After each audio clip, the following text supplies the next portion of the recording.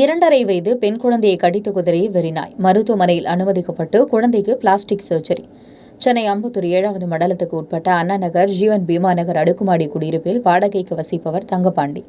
இவர் அண்ணா நகரில் தனியார் நிறுவனத்தில் பணிபுரிந்து வருகிறார். இவருடைய மனைவி பிரதிபா, இவருக்கு ஒரு மகள், ஒரு மகன் உள்ளனர். கடந்த திங்கட்கிழமை மாலை 4:30 மணி அளவில் தங்கபாண்டியின் மகன் சிறுமி ஆஷிகா வீட்டில் வெளியே விளையாடிக் கொண்டிருந்தார். அப்போது எதிர்பாராத விதமாக சாலையில் சுற்றித் திரிந்து கொண்டிருந்த திருநாய் ஒன்று சிறுமியிடம் சீறி பாய்ந்து முகத்தில் ஒரு பக்கத்தில் கன்னத்தில் கடித்து குதறியது. அப்பொழுது சிறுமியின் அலறி அடித்து துடித்த சிறுமியின் சத்தம் கேட்டு அவருடைய தாய் பிரதிபா நாயிடம் சுமார் 20 நிமிடம் போராடி குழந்தையை மீட்டு அருகில் இருக்கக்கூடிய குடியிருப்பு வாசிகளின் உதவியோடு தனியார் மருத்துவமனையில் அனுமதிக்கப்பட்டார். குழந்தைக்கு கன்னத்தில் அறுவை சிகிச்சை செய்யப்பட்டு இன்று மாலை வீடு திரும்பியுள்ளார். இந்த சம்பவம் குடியிருப்பு பகுதியில் மிகப்பெரிய அச்சத்தை ஏற்படுத்தியிருக்கிறது.